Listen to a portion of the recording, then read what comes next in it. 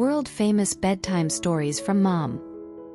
Today's story is Thumbelina. Once upon a time in a quiet village lived a lady who longed for a child.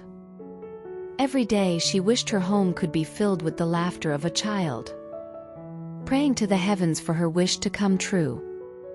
One day, deep in the forest, she encountered an enchanting fairy grandmother with mystical powers.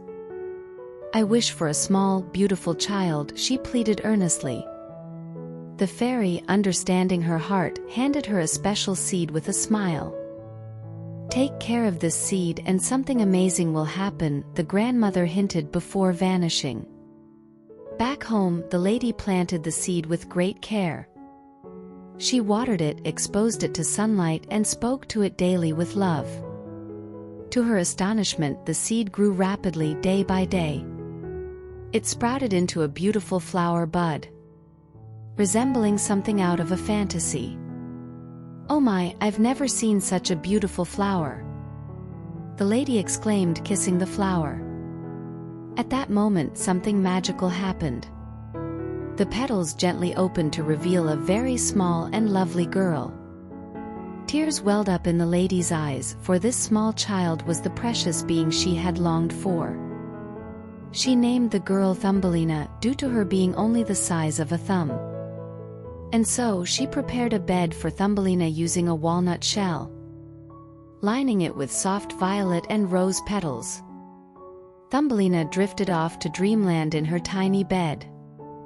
And with her soft breathing, the lady's home was filled with love and joy. Thus began the story of Thumbelina.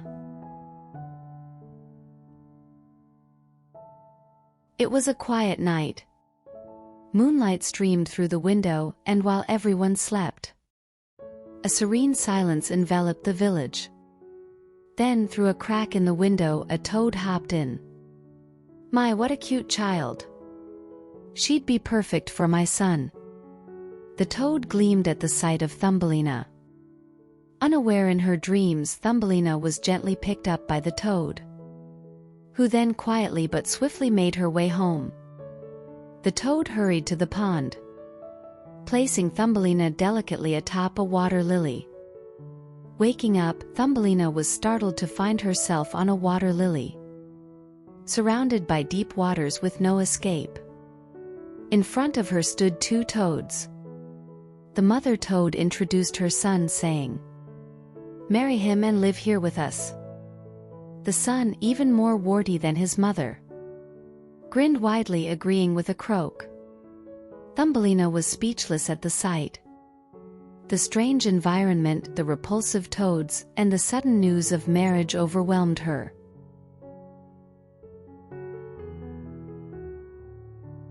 As the toad family left, Thumbelina cried tears of fear and sorrow. Unsure of what to do in this strange place, she missed her home and the lady dearly. Then, hiding under a water lily, fish gathered upon hearing her cries. "Let's help the lady," they decided amongst themselves. Busy moving, they gnawed at the water lily's stem with their sharp teeth. The severed lily pad began to float downstream. At that moment, a passing butterfly called out to Thumbelina, "Tie your sash to my body and the lily." Thumbelina did as instructed, carefully tying one end of her sash to the butterfly and the other to the lily pad. The lily pad became a tiny boat led by the butterfly. With strong flaps of its wings, the butterfly guided the lily pad across the water. Thumbelina shook off her fear, embracing this new adventure with hope. She gratefully thanked the fish and the butterfly for their help. Thus began Thumbelina's bold escape.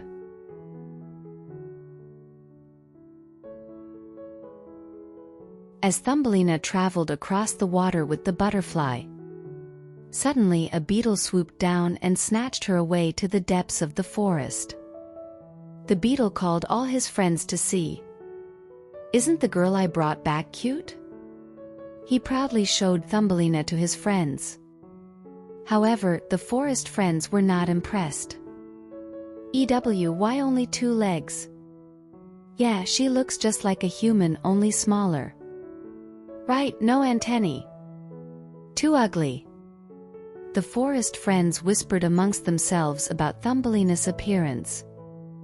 The beetle, nodding in agreement with his friends, eventually left Thumbelina alone and flew away. Once again, Thumbelina found herself alone in an unfamiliar environment. This time surrounded by various creatures of the forest. She was hurt by the forest friends' words.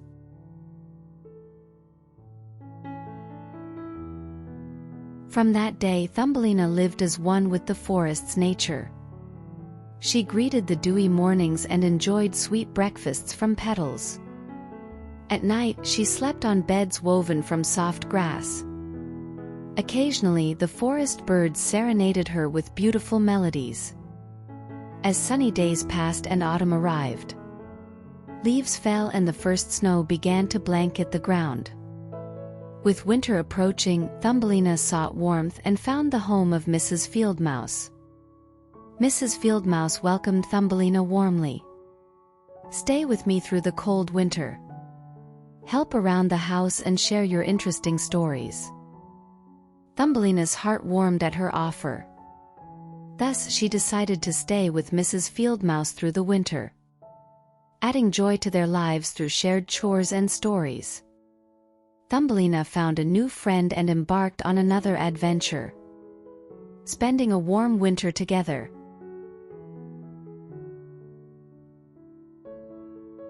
Days passed and one day a mole in a sleek black velvet coat visited Mrs. Fieldmouse's humble home. Living underground, he had little interest in sunlight or the flowers above. But he was wealthy and knowledgeable. Hearing Thumbelina's sweet singing, the mole was charmed by her clear, beautiful voice. His heart warmed to her song, inviting her and Mrs. Fieldmouse to his home. Walking through the tunnel to his house, they found a swallow lying on the ground. "Singing all summer, now dead it seems," said the mole.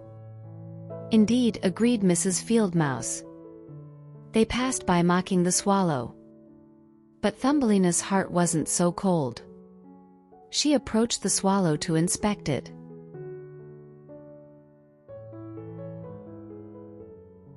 Thumbelina spent the night weaving a warm blanket from dry grass for the swallow. As dawn broke, she gently covered the swallow with the blanket. "You sang beautiful songs for me last summer. I can't tell you how much comfort they brought me. Farewell, little swallow." Thumbelina mourned, her tears falling on the swallow's chest. Suddenly she heard a thumping sound. The swallow's heart was still beating. The swallow wasn't dead, just frozen. "Ah, it's you, miss. I was flying to the south with my friends when I hurt my wing." The swallow weakly shared its story with Thumbelina. Relieved, Thumbelina's spirit lifted. Nightly she snuck out to care for the swallow, tending to its wounds and keeping it warm, slowly nursing it back to health.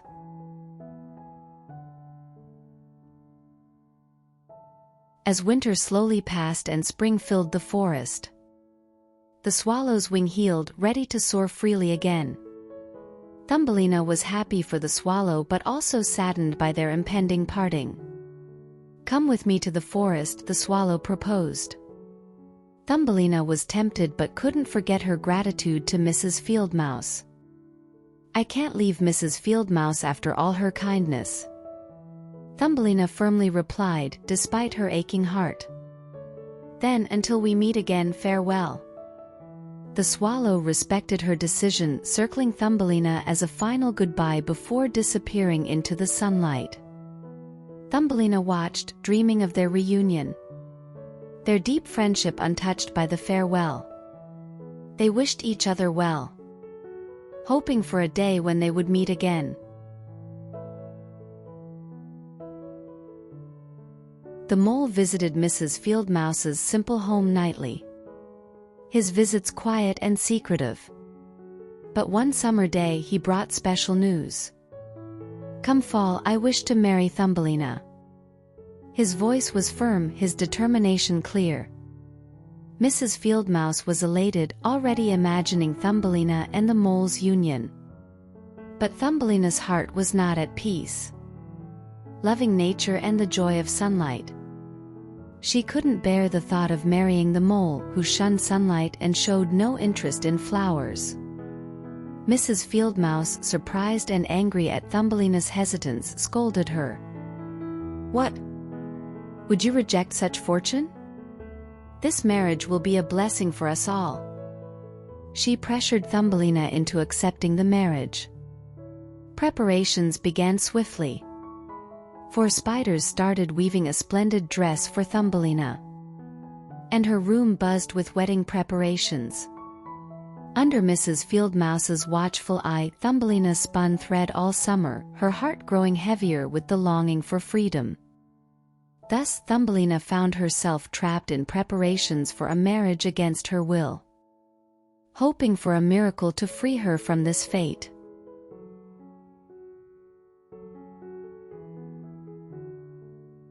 The wedding day arrived. Despite the heaviness in her heart, Thumbelina wished to see the beauty of the fields one last time. With Mrs. Fieldmouse's permission, she stepped outside.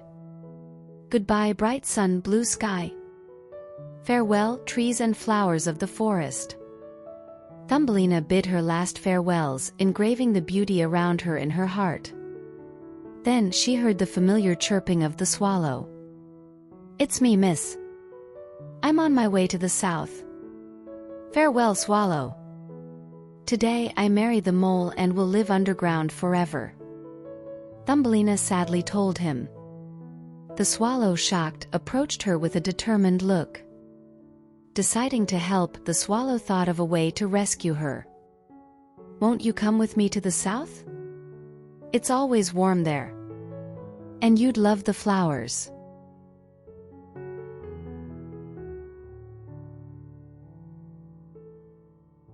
After some hesitation, Thumbelina made her decision. She carefully climbed onto the swallow's back. With Thumbelina aboard, the swallow soared into the sky, cutting through the free wind, elegantly flying over Fostlakes. As they crossed snow-covered mountains, the swallow's warm feathers kept Thumbelina cozy. From the swallow's back, she marveled at the world's beauty with fresh eyes. At last they reached the warm southern land. The sun shone brighter and the air was filled with the scent of flowers.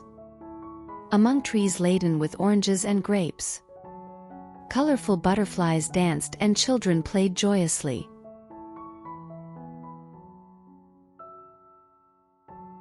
The swallow led Thumbelina to a place where flowers bloomed in vibrant colors, resembling a rainbow touching the ground. He gently placed her on a white flower petal. As Thumbelina looked around, she noticed someone already seated inside the flower.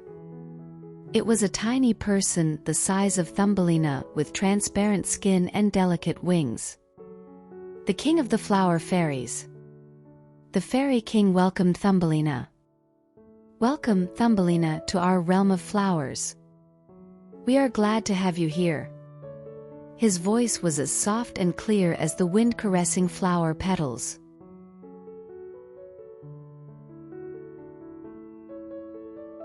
The fairy king was instantly captivated by Thumbelina's beauty and purity. Thumbelina, drawn to the king's resemblance and kindness, felt a natural affection grow between them. The king, presenting Thumbelina with a beautiful crown, made a heartfelt proposal. "I have long sought a queen. Would you marry me?" His proposal was sincere. Thumbelina, moved by his words, nodded in joy, accepting his offer.